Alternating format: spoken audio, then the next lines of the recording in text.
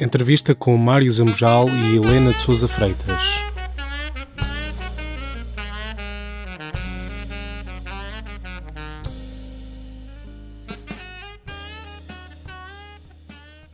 Mário Zambojal nasceu a 5 de março de 1936. A sua carreira jornalística nasce no Algarve, onde viveu a adolescência. Homem de muitas paixões, dirigiu jornais, foi apresentador de programas de rádio, de televisão e é escritor. Helena de Sousa Freitas nasceu em Lisboa em 1976. É licenciada em Comunicação Social, pós-graduada em Direito da Comunicação e tem formação em fotoreportagem. Começou a exercer jornalismo na imprensa regional de Setúbal. É redatora na Agência Lusa desde 1998, é autora de ensaios, poesia, conto e crónica. Nesta conversa cruzam-se 3 gerações. A primeira, a do saber de experiência feito. A segunda, a do saber adquirido na conquista do conhecimento, através da investigação. Junta-se uma terceira, na sede do saber. O jornalismo está em crise? O jornalismo literário é a solução? Já agora, o que é o jornalismo literário? Helena Freitas, já tivemos a oportunidade de falar, é um contributo importante nesta conversa pela experiência profissional, mas sobretudo por esta tese, Jornalismo e Literatura, Inimigos ou Amantes, onde optou por definir um jornalista escritor e não o inverso. Porquê? Por acaso, na altura, colocou-se nessa dúvida. Eu optei pela definição de jornalista escritor, não só porque era aquela que era mais comum, que surgia mais vezes, como por me parecer que muitos escritores partem do jornalismo, de informações, de factos, de histórias que têm conhecimento pelo jornalismo, pela via do seu trabalho, do seu ganha-pão, que raramente era literatura. E não o contrário. No entanto, eu sei que já tenho visto algumas vezes utilizado um escritor jornalista, mas é muito mais raro. Até se nós fizermos uma pesquisa no Google, por exemplo, um motor de busca, jornalista pelo termo jornalista escritor ou escritor jornalista escritor surge muito mais. Eu lamento a expressão, mas eu vou falar mesmo assim. Porquê é que parece que os jornalistas vão sempre parar na literatura? Sempre. Pode explicar? Sempre não? Sempre não. Mas parece uma tendência um bocado inconstante. Claro. Há imensos jornalistas que nunca lhe deram para escrever. Primeiro é preciso definir o que é literatura e o que é que significa essa palavra tão discutida, não é? Um livro técnico não é propriamente um exercício de literatura, não é? Mas uma ficção, normalmente, um poema também, normalmente, até um poema, muitas vezes, não se chama escritor ou poeta, mas normalmente a ideia está mais relacionada com a ficção. Mas entrou aqui depois. Não faz mal. O que eu ia dizer é que a sensação que eu tenho é que realmente há muitos que têm essa tendência. Dá-me a impressão que mais na imprensa escrita, talvez até pela proximidade, pelo uso mais da palavra escrita do que na rádio ou do que na televisão. Não sei explicar exatamente porque é, mas a sensação, aquilo que me pareceu, até muito por observação, muitas pessoas, isto tem a ver com o passado que já não é aquilo que... hoje é um bocadinho diferente. No passado não existiam os cursos de escrita criativa que existem e mesmo já cursos mais extensos. E muitas pessoas que queriam, na verdade, ser escritores, iam para a área mais próxima, que era o jornalismo. Eu não sei se na geração do Mário também era assim, mas... É verdade, sim. Era o parente ali mais ao pé, pronto. Escrevia-se, não é? Escrevia-se. Pelo menos escrevia-se. Depois. E o Mário Zambojal é jornalista porque é escritor ou é um escritor porque é jornalista? Bom, por estranha inversão das coisas, eu comecei, adolescente ainda, a escrever histórias, ficção, publicar coisas. Mas também começou a ser do jornalismo. Mas o jornalismo vem por arrastamento e por consequência de escrever histórias. E vem pelos acidentes, que é uma coisa que acontece muito na vida real e nas ficções, que é a coisa que surge de repente. O golpe de teatro, não é? E eu disse o correspondente do jornal no Algarve, onde eu vivia, e pediram para eu substituir, porque eu escrevia umas croniquetas lá no jornal do Algarve, e de repente eles chamam-me para Lisboa, e portanto as coisas passam sempre. O homem teve uma pneumonia e eu tive que vir para o lugar. Bom, mas eu comecei realmente por escrever histórias de ficção. O jornalismo vem depois. Eu não me lembro nunca de ter, eu quando for grande quer ser jornalista ou quer não sei nada. Há aqui uma questão também que me parece interessante. é que o escritor não precisa de carteira profissional. Não há carteira profissional de escritor. E, portanto, há um avanço natural de qualquer pessoa, quer que trabalhe num tribunal, não sei o quê, ou numa pode escrever, não há um impedimento. E depois, o escritor tem a sua autossuficiência essencial, inicial, que é, pega no maço de papéis ou no computador e escreve a sua história. Não está dependente que um jornal o convide, ou que uma rádio o convide, ou que não seja. E, portanto, aí já está muito mais ao seu arbítrio e à sua decisão e à sua vontade do que depois se publica, se arranja editora ou se publica a pessoa quando isso é outro tema. Mas, em princípio, tem essa liberdade de poder, agora vou escrever um livro. Como escreveu este ganho agora o prémio Leia, não é? O homem estava desempregado e acabou por escrever um livro. Bom, e o que foi muito bom ao final. Mas a carteira profissional que ele tem é de engenheiro, não é? Bom, então só quando lhe falta a engenharia é que ele diz, agora vou escrever um livro. Mas esta familiaridade entre o jornalismo e a literatura, mesmo consigo, na sua experiência de escrita, parece irremediável. Porque, antes de mais, vamos ressalvar que, embora o Mário Zambojal diga ao contrário, a Crónica dos Bons Malandros não esconde o brilho dos outros livros. Mas, curiosamente, é uma crónica. A primeira vez que publica é uma crónica. E então, a escrita jornalística vai beneficiar ou contaminar a escrita? Eu tenho a presunção, nem sequer é a convicção, muito é a presunção, que ao ler um livro de um autor ficcionista, eu noto se o tipo foi, ou a senhora foram jornalistas, porque há uma destreza no contar. Há um ritmo como se estivesse a dar notícia de uma coisa que não existindo, não tendo existido, podia ter existido, não é? Exatamente. Talvez por isso, Helena, que o Essa de Queiroz é uma grande referência no jornalismo literário, devido à criatividade da escrita, mas sempre muito próximo do real. Sim, e nós temos, por acaso, estava agora a ouvir, estava aqui a pensar em relação a isto que o Mário estava a dizer, realmente concordo plenamente com esse aspecto. Acho que nós notamos logo se a pessoa ainda é ou se passou pelo jornalismo, há ali qualquer coisa na velocidade da história. A necessidade de contar, não é? E de agarrar o leitor, às vezes, logo ao início, de prender logo ali do leitor. Por exemplo, estou-me a lembrar, na adolescência, eu tive ali uma fase em que lia imensos autores de realismo mágico, e muitos autores de realismo mágico foram jornalistas, Isabel Allende, Gabriel Garcia Marques. Curiosamente, o Gabriel Garcia Marques tem títulos nos livros como Notícia de um Sequestro, notícia, não é? Depois tem... Crónica de Morte Anunciada. Exatamente, Crónica.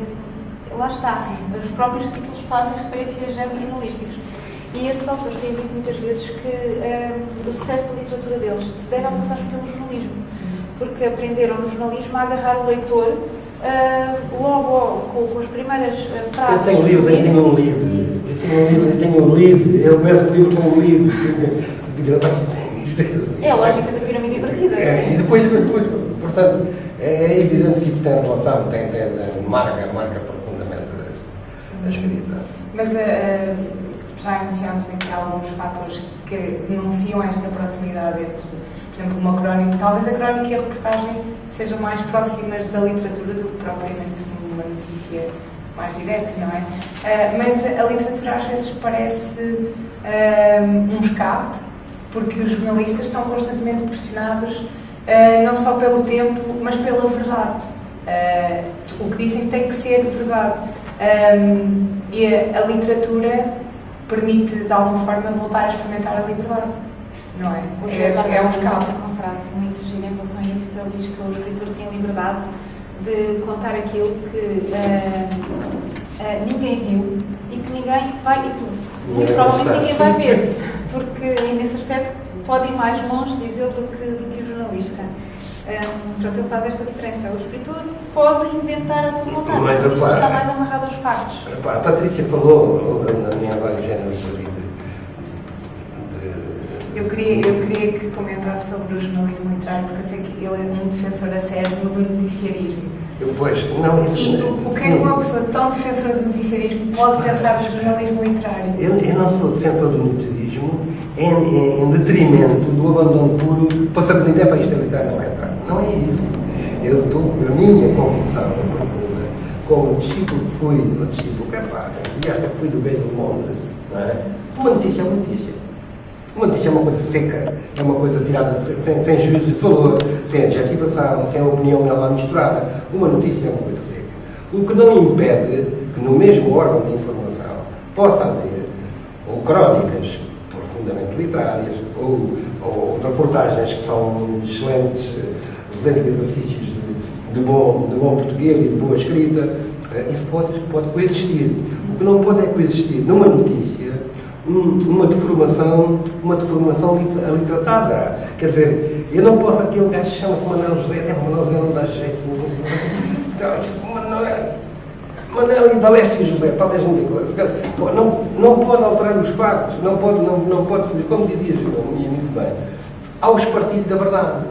Mas ou nós, como jornalistas, têm também essa paixão, que é o gosto de também transmitir uma verdade pura. Eu tive um jornalista, porque agora os jornalistas têm outra formação, têm outra coisa, normalmente têm coisas académicas e periódicas e tal. Mas houve um tempo que não era assim, o gajo escrevia bem e tal, entrava a escrever bem. E havia alguns que nem sequer jamais escreveram bem. E apareceu um grande jornalista, eu olhei para a minha geração e o Luan Tavares Rodrigues, tantos grandes canetas. Mas havia um homem que é uma nota de eu não devia dizer São Manuel, desculpa lá. Então, mas o gajo era pelo companheiro. O homem tinha uma incompatibilidade total com a língua portuguesa, em termos de escrita. Era um bora corta. O gajo nunca trocou um Manel por um Joaquim, um Francisco por uma coisa, uns 43 anos por uns 37, tudo aquilo era fidedigno, o gajo era impecável. Mas depois passaram a fazer o nada igual. E então o Manel um dia chegou à redação de diante e ele chegava e entregava os papéis e ia embora. Porque havia sempre um redator que ia bater aquilo. Não é? Mas o Manel vinha tão apaixonado pelo acontecimento que ele tinha presenciado que chegou e disse: hoje quero escrever, eu escrevo. Pronto, está bem, Manel, pronto.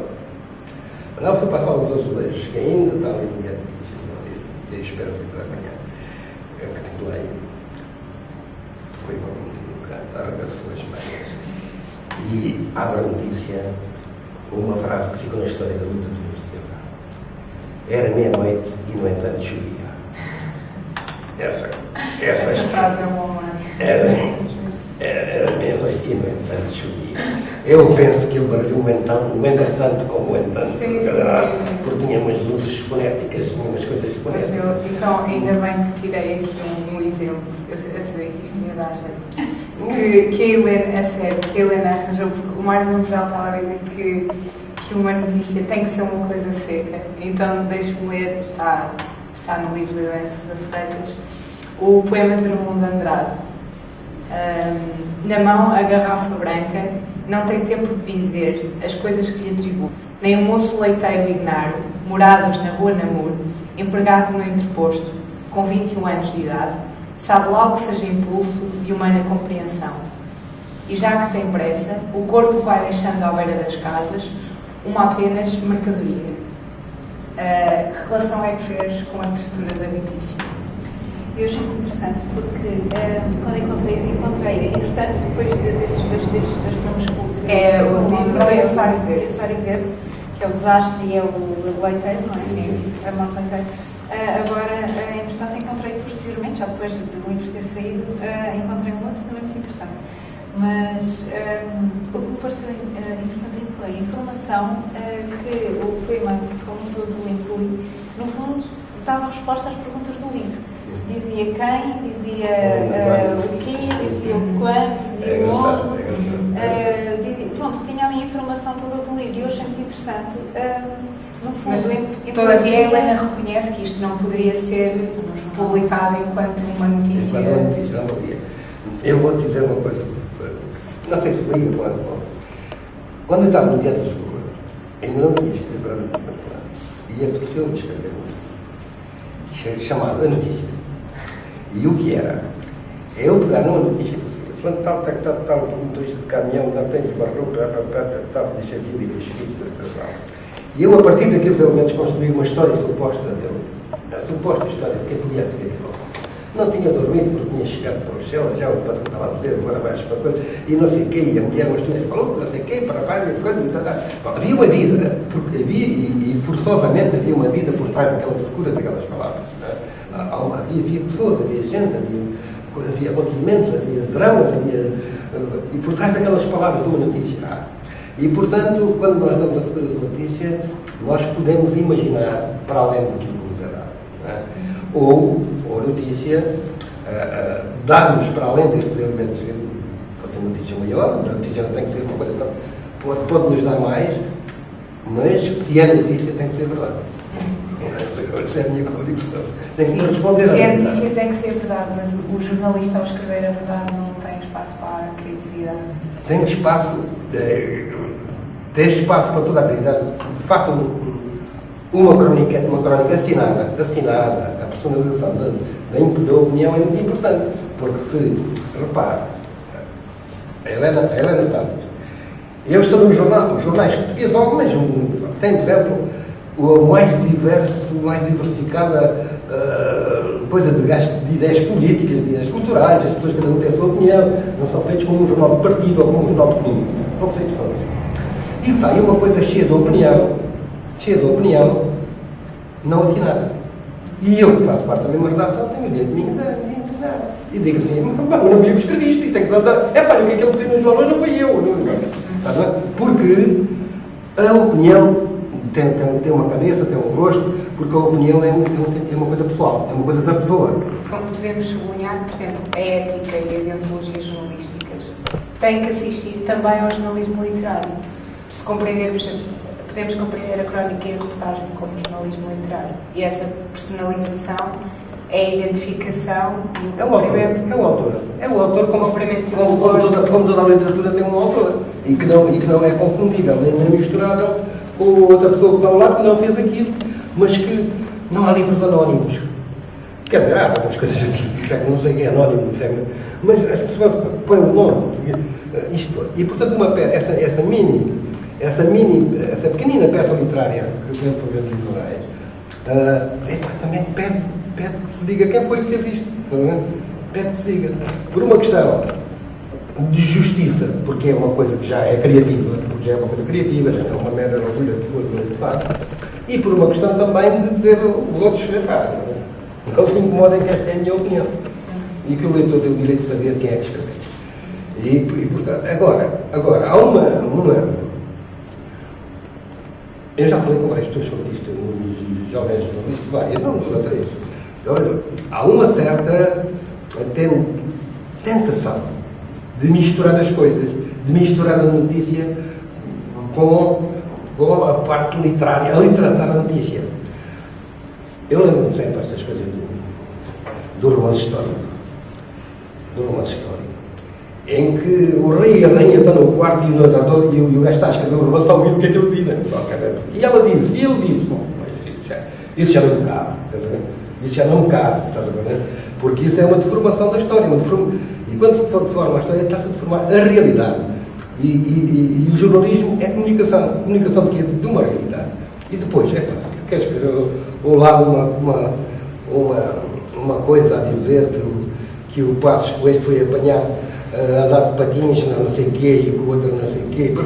Tens toda a liberdade do mundo, está lá o teu nome. E tens toda a liberdade criativa e as pessoas percebem que é o espaço dado à literatura, à fantasia, a isto, não sei o quê. Na notícia, não convém fugir àquilo que é. Porque é uma coisa fundamental nos jornais, que é o ter crédito ou o cair no descrédito. Neste momento, eu não quero ser como aqueles gajos que dizem no meu tempo que era bom, porque no meu tempo a gente tinha uma comissão de censura às costas e, portanto, não podemos olhar com saudade esses tempos. Mas neste momento algumas coisas estão aqui no descrédito. Então, os jornais estão aqui no descrédito. E porquê? Justamente porque não são milhões de que eles devem estar dentro dessas coisas. Mas justamente a época que vivemos é uma época altamente comercial. A época toda. Vende-se tudo se vende, tudo custa dinheiro, mete moeda, tira aqui. E os jornais estão embarcados. Primeiro que ainda estão nas mãos dos grupos económicos, não é? Para quem o padrão, o seguir a vida é o que é que dá e o que é que não dá, não é? E, portanto, isto dá e não dá. É como se fosse parafuso ou outra coisa qualquer. E, portanto, os jornais caem muito, os jornais e as televisões. Há coisas em que se exorbita de tal maneira. Agora é uma palavra assim. Estourou a polémica. E eu mexo-me no meu sofá. Estourou a polémica. E às vezes, é ridícula. Um disse, vai tu. E eu digo, estourou a polémica. Polémica é uma palavra sagrada. Até na comunicação e no jornalismo tem uma tradição. As grandes polémicas, as coisas têm uma importância. Agora, estourou a polémica. Fica avançado, estás a ver? Pensa que é alguma coisa de importante. E, portanto, é essa procura permanente do conflito. E repara, já agora eu falo já que faz parte da ficção, da literatura, o conflito. O conflito. Tem que haver um conflito, para a gente ter uma história. Onde é que está o conflito? Onde é que está agora? E às vezes a realidade não o oferece. Não o oferece bom, não o oferece de novo suficiente. Então, pega-se num atritozito qualquer e faz o conflito. Cá está o conflito. E empurra-se tudo para uma atmosfera de conflito. E depois agora, outra frase, ou se calhar já fizeste isto também. Um gajo diz uma coisa qualquer. Um político diz uma coisa qualquer. E o editor diz, vai ouvir as reações. E manda no microfone, a ver se o outro diz qualquer coisa contrária. Estás a ver? E se o outro disser, esse cara é o filho da puta. Então é melhor ainda, pá. Então aqui já temos um conflito. Não é? E esse aspecto do jornalismo, sendo empolgante e sendo um jornalismo emocional, muito mais que comunicativo e emocional, não é a mesma coisa. Mas não tem nada a ver com o jornalismo literário, que é muito bem, cabe sempre bem. Porque o jornalismo literário cabe na reportagem, na análise dos assuntos. Olha, eu era para trazer, não trouxe, uns exemplares da civilização portuguesa de 1800 e tal, que tenho para lá. Coisas descritivas, coisas com as palavras certas, com as coisas, com o deslumbramento pessoal do autor e da autora. A Helena verificou também se a ética e a deontologia são mais ou menos ou igualmente permissivos ou mais libertinos no jornalismo literário. É assim, quando nós falamos em jornalismo literário, eu lembro-me sempre do novo jornalismo, da questão do... Mas eu queria ter perguntado, a conversa desenrolou-se, se o jornalismo literário é o new jornalismo, mas português. Não necessariamente. Como é que surge o novo jornalismo? E há pouco vocês estavam a falar da questão do noticiarismo e do grande apego ao jornalismo mais puro e duro, digamos assim. O novo jornalismo surge precisamente quando surge nos Estados Unidos nos anos 60, surge por oposição à tendência dos jornais para publicarem aquilo que era o jornalismo de agência, as notícias como saem da agência. E as notícias da agência são, por norma, notícias mais secas, mais duras, digamos assim. E o novo jornalismo surge precisamente por oposição. De facto, foi bem recebido na altura. Teve vários autores que se tornaram grandes expoentes, o Truman Capote, o Tom Wolfe, o Beto Alessi. No entanto, depois surgiram alguns problemas precisamente pelo excesso em que incorreu. O Truman Capote, nomeadamente uma peça que ele escreveu, que é O Ouvisse as Musas, sobre uma excursão da peça, Poignant Bess, ele inclusive atribuía às pessoas coisas que as pessoas não tinham dito e pensamentos que ele achava que as pessoas tinham tido. E ele pôs isso tudo como real. E chegou na altura uma grande polémica. Começou aí a resvalar em termos de descrédito, digamos assim, começou a perder crédito o novo jornalismo. É verdade que agora existem uma série de definições para o jornalismo literário, nomeadamente mesmo em Espanha. Define-se de outra forma, a designação é outra. Depois há adaptações, jornalismo narrativo. Agora, no fundo, a diferença poderá não ser assim tão grande, nomeadamente em termos de objetivo. O que se pretende é dar mais cor, é dar mais vivacidade, é escrever uma história de forma mais apetecível, por se partir do princípio que os leitores estão a comandar essa secura. Daquela secura e da palavra do jornalismo mais árido, digamos assim. Eu, pessoalmente, acho que o jornalismo literário terá sempre, pronto, que nós podemos designar jornalismo literário, ou mais literário, terá sempre algum lugar na imprensa. Pois, esse jornalismo, excessos, exatamente, esse jornalismo literário, desta maneira como estamos a conceber, não exige um leitor específico, aquele que entende uma... Sim, sempre, mas no sentido que um leitor que entenda uma escrita mais criativa e que saiba separar autonomamente a realidade da ficção. Porque esta escrita do noticiarismo é uma escrita, no fundo, que protege o leitor, que sabe que ali está a verdade e pura e simplesmente a verdade. E ao escrever de uma maneira mais criativa, se calhar, alguns leitores menos preparados, porque as notícias vão para toda a gente. Nós não vivemos. Está a renunciar uma situação, mas o leitor, pensa que ser leitor, chegar no jornal, é leitor. Se é leitor, em princípio gosta de ler. Tanto livros como jornais, gosta de ler. E ler, portanto, está sensível a uma boa prosa, uma reportagem, uma coisa bem escrita, e diz, não vou dizer esta senhora escreve bem, porque agora já não há nos jornais. E então, esta senhora escreve bem.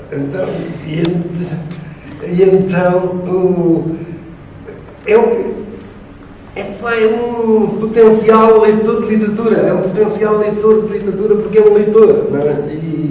E portanto, eu acho que tem todo o cabimento de fazer belíssimas provas. Então, aliás, temos nas revistas, algumas revistas dos suplementos de jornais. Os suplementos são um espaço dado. Às vezes temos peças excelentes, muito bem escritas, muito bem.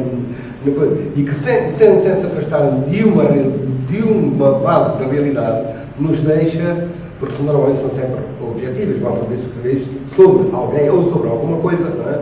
E portanto assenta numa realidade que existe, mas o ângulo que se escolhe, as coisas não sei o quê e tal. Aqui há muitos anos, eu tinha um homem, também era assim, um homem muito letrado, o Sr. Negrão fazia os incêndios no céu. E então, o Sr. Negrão, um dia, acho que lá depois eu disse, e cá fora estava uma boneca de criança com uma conversa. E alguém disse, aquela nota ali foi emocionante, foi uma coisa fora fora do ouro, já acabou de deu um toque ali de coisa e tal. Nunca houve mais um incêndio nenhum que o Sr. Negrão não pusesse uma boneca.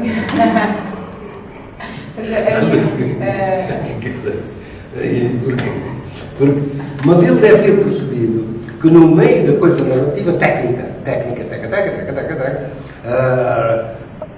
às vezes um pormenorzinho humanizante, um pormenorzinho que sendo verdade, e algumas vezes não é preciso ser verdade, sendo verdade, dá ali uma emoçãozinha ao leitor, não é? Uma emoçãozinha mais do que as coisas. Portanto, eu não sou nada contra a bocadinho que vocês discutiam aí bem, se é novo jornalismo, se é jornalismo literário, se é jornalismo narrativo, porque falta, às vezes, o nome é que pode assustar. Estás a ver? Porque se chamamos de jornalismo literário, a malta me diz, agora vai fazer literatura nas notícias, só já lá para isto. Já me custa ler o livro e não vou ler. Pois, não é isso. É fazer-se aquilo que no fundo, sempre acompanhou os jornalistas. Há peças literárias em jornais há 100 anos. Há peças literárias, pá. Se calhar e, portanto, pois, sim. E agora há outra coisa. A anunciada morte dos jornais de papel é que faz-te mexer isto tudo. É como é que isto sabe, não é? Como é que isto sabe. A vertigem... Sim, o nosso propósito é responder essa pergunta. A vertigem da comunicação por outras vias abafa aquela necessidade que se tinha de antes de ler o jornal para saber o que se passava no mundo. Mas já sabe, ainda não sei de cada... Já estou bombardeado, não sei o quê. E, portanto, vai reduzindo a importância do jornal de papel baseado nessa função. Os jornais deixam de tiragens, coisas e tal, vão deslizar, e então surgem as naturais perguntas, tanto dos jornalistas como até dos donos dos jornais. Como é que isto se faz? Como é que isto se faz? Como é que se pode fazer para inverter esta tendência de descida e de coisa? E quanto a mim bem, surgiu que, não sendo embora talvez na totalidade, mas que a ideia de suscitar o prazer da leitura é uma coisa que a rádio não tem e a televisão não tem.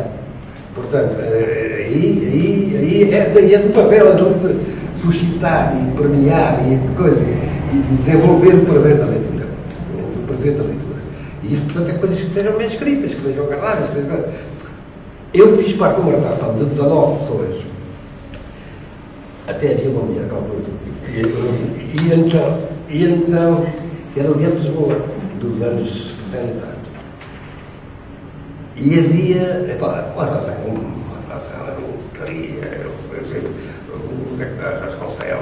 eu sempre disser os nomes praticamente conheces todos, o Luís Pacheco, conhece os nomes, ficaram todos, quase todos, porque fizeram coisas depois, ou durante.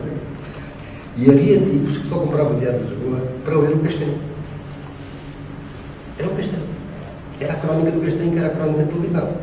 E embora nós tivéssemos uma redação, realmente difícil de reunir, que é o 19 Matos, e mais a Antónia de Sousa, trabalhava num gabinete, tinha a parte porque as pessoas podiam dizer qualquer palavra para ouvir.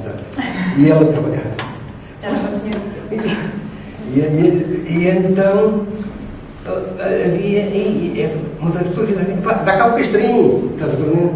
Dá cá o Castrinho. Porque o Castrinho tinha essa coisa do cronista que falava diretamente com os leitores. Podia ser daquele jornal ou no outro, nem interessava nada. Não interessava nada. O Castrinho era o Castrinho. E tinha uma personalidade que sobressaía em relação ao próprio jornal. E quando eu às vezes me falo: o que é que sabe fazer? Eu digo assim: os grandes mentadores, críticos, o que quiser, é que vão fazer a eternidade dos jornais. Porque ela é muito nova também. Mas, e então, quando eu era no Malta Carinho, saíram os livros e tal. E a gente assim tem que dar o João Gaspar Simões. Era o querido.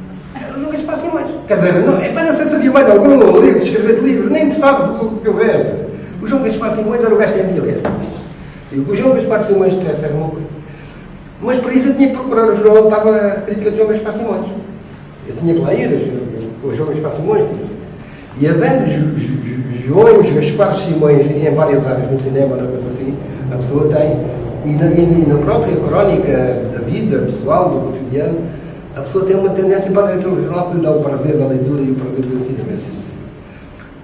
A minha ideia é que os jornais têm que reduzir o espaço das notícias, da notícia seca, ou então, em vez de reduzir, fazer dali uma peça, uma reportagem.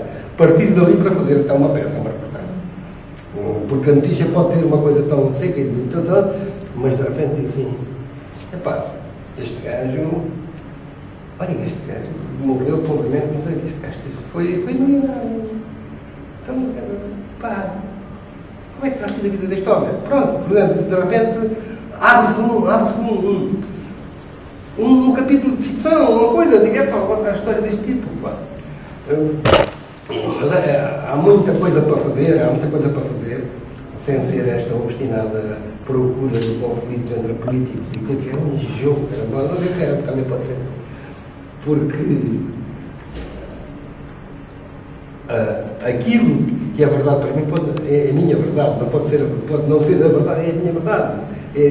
Eu vejo com os meus olhos, vejo com os meus sentidos. E há coisas que eu me digo: isto não se faz. Se calhar eu vou ter entusiasmo a outros. Portanto, eu há pouco queria colocar a questão, e não sei se estudou isso, queria colocar a questão mais sobre o âmbito do leitor, porque é assim, o prazer da leitura, as pessoas podem ler pouco, mas o prazer da leitura está comprovado. Aliás, nós conseguimos um estudo que nos diz, as pessoas eram convidadas a escolher várias opções de maneiras de receberem e de lerem as notícias, e as pessoas percebem e sentem-se muito mais interessadas por algo mais criativo. Preferem ler uma reportagem ou uma crónica do que, se calhar, algo mais puro e duro. A minha pergunta colocava-se ao nível da compreensão. De que maneira é que nós podemos garantir, porque a verdade tem duas partes, de quem a conta e de quem a ouve. Como é que, se estamos a libertar a escrita com o intuito de seduzir o meu leitor, de que forma é que eu não comprometo a verdade se eu não sei bem, que não tenho garantias da compreensão de uma escrita que é mais trabalhada e pode não estar, pode o nível de leitura do meu leitor ser mais reclusivo. Eu, em relação a isso, acho que o problema tanto se coloca, mesmo que não tivéssemos peças mais literárias, e eu, quando penso no jornalismo literário, nunca, não penso no sentido da preocupação, porque acho que aí já se passou um bocadinho essa barreira que é, precisamente por causa do excesso que houve com o novo jornalismo, em que às tantas havia uma ficção construída com base em factos que em muito se afastava desta realidade. Quando eu penso em jornalismo literário, eu não penso em nada que fuja à verdade. Penso apenas numa forma de elaborar o texto mais criativa, se calhar com recurso a um vocabulário mais rico, pronto, uma construção, se calhar, eventualmente mais com recurso a figuras de estilo, que no jornalismo evitamos.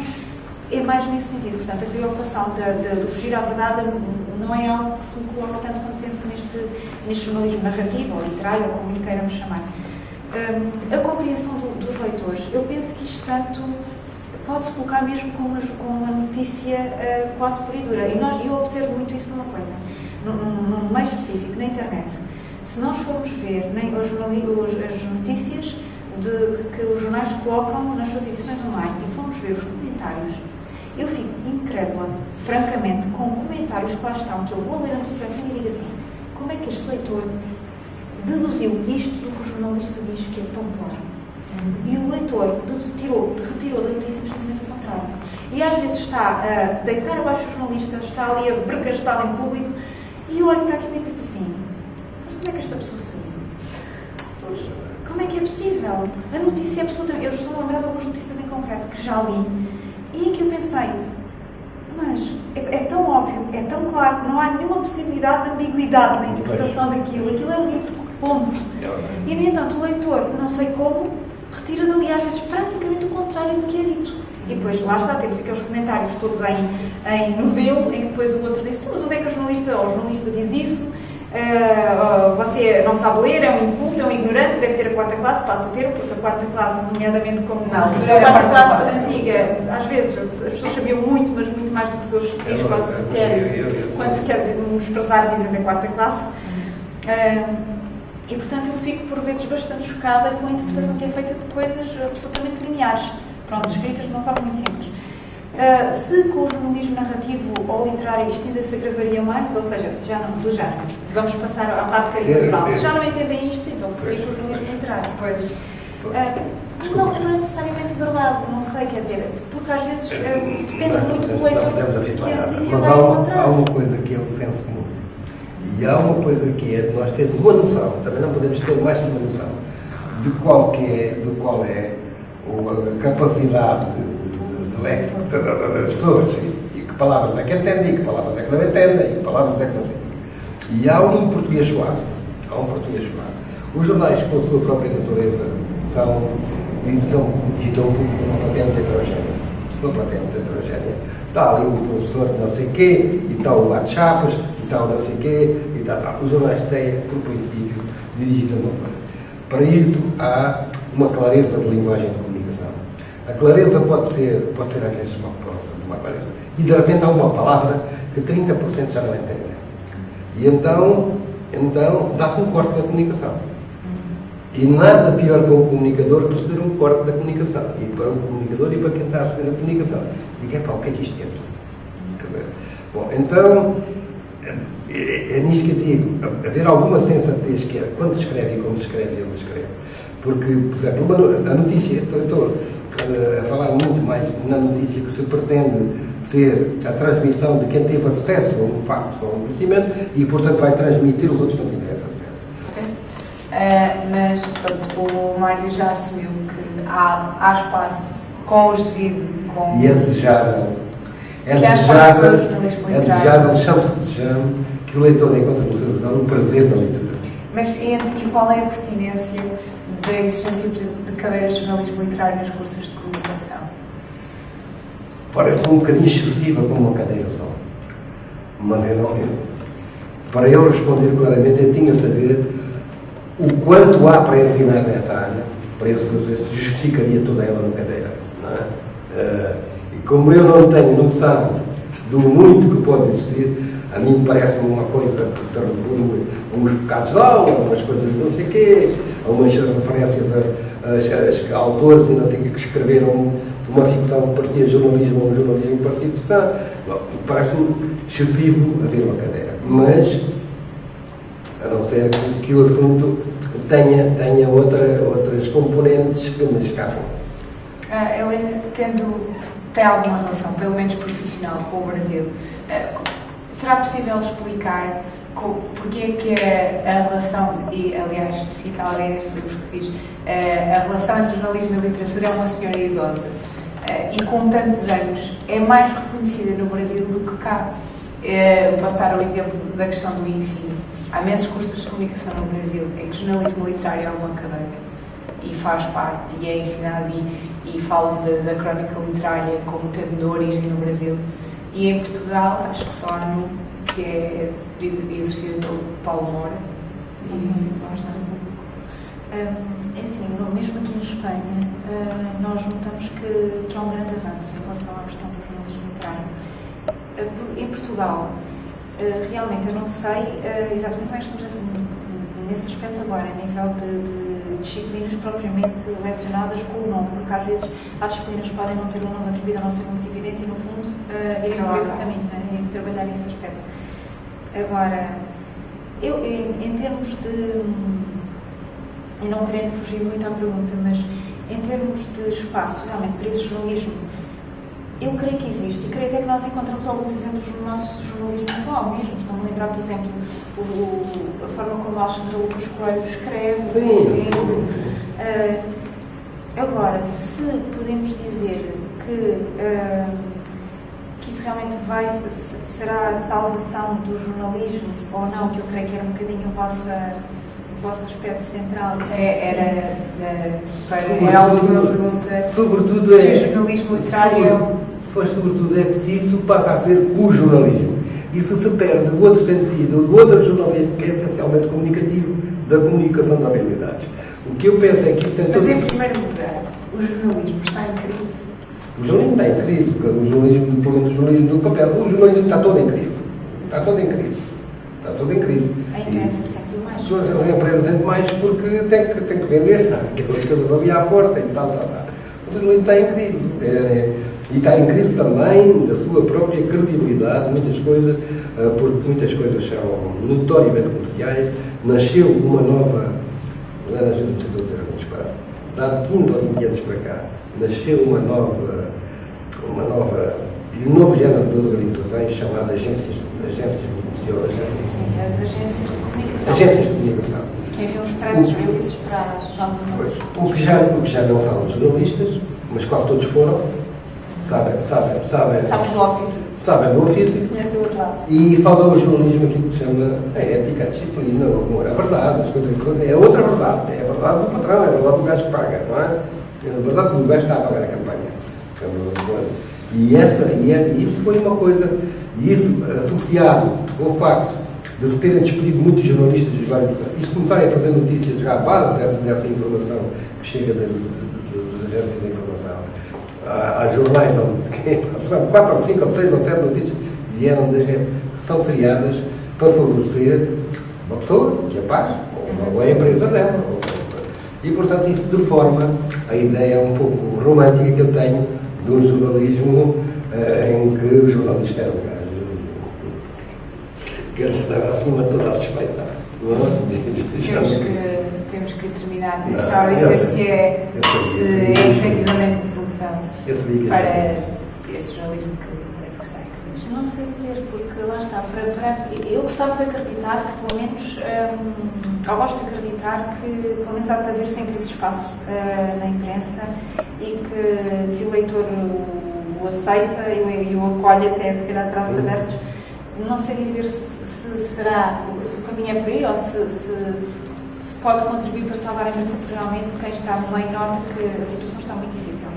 Mas esta questão que o Mário, só para fazermos aqui uma ponto final, esta questão que o Mário dizia das agências de comunicação que enviam suas notas de imprensa para os meios de comunicação social e muitas vezes saem quase ipsis verbis estampadas na página, não é? Tem a ver com uma coisa que é também a falta de meios humanos, não é? Porque tem sido os jornalistas, sai mais barato, e a falta de tempo.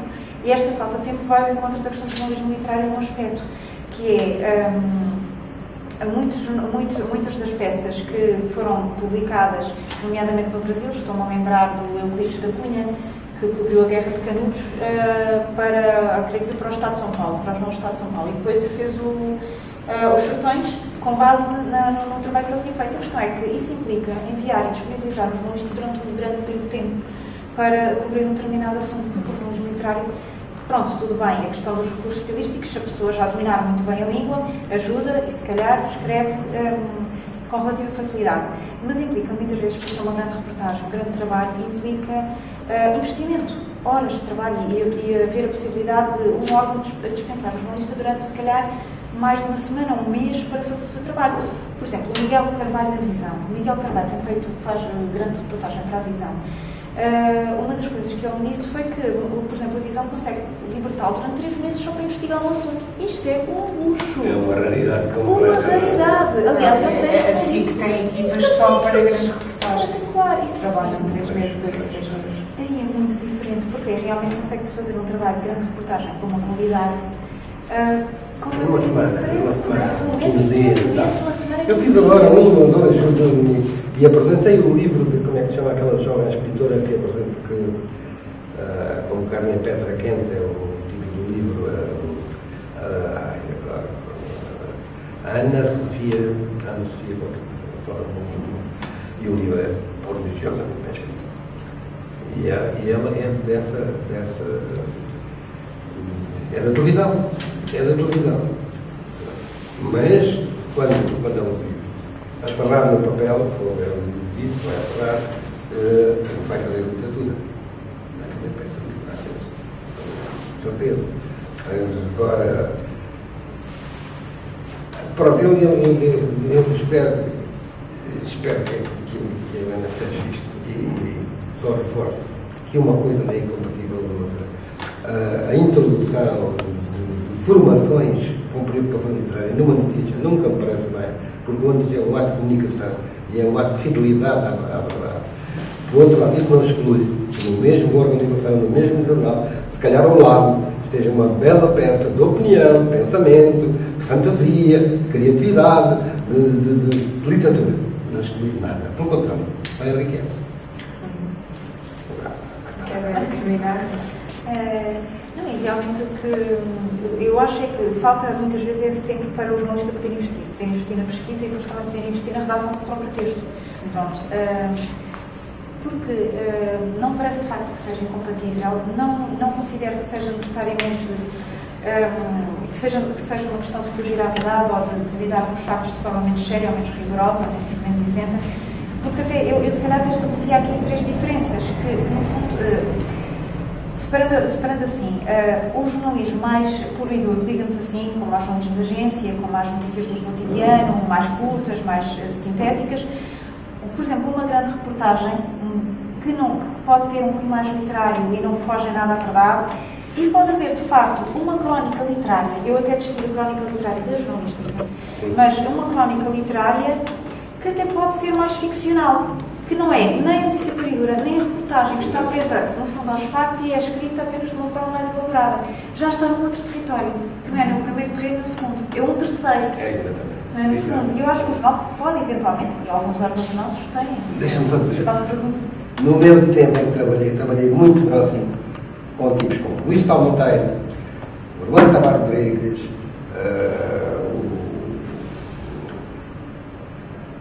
o Zé Cardoso Pires, o Urbano Tavares Rodrigues, o Augusto Ablaia, porque trabalhavam umas coisas nas mesmas coisas em que trabalhavam. Uns no século, faziam lá umas crónicas, e outros numa coisa chamada A Mosca, que era o suplemento, coisa que eu participava também.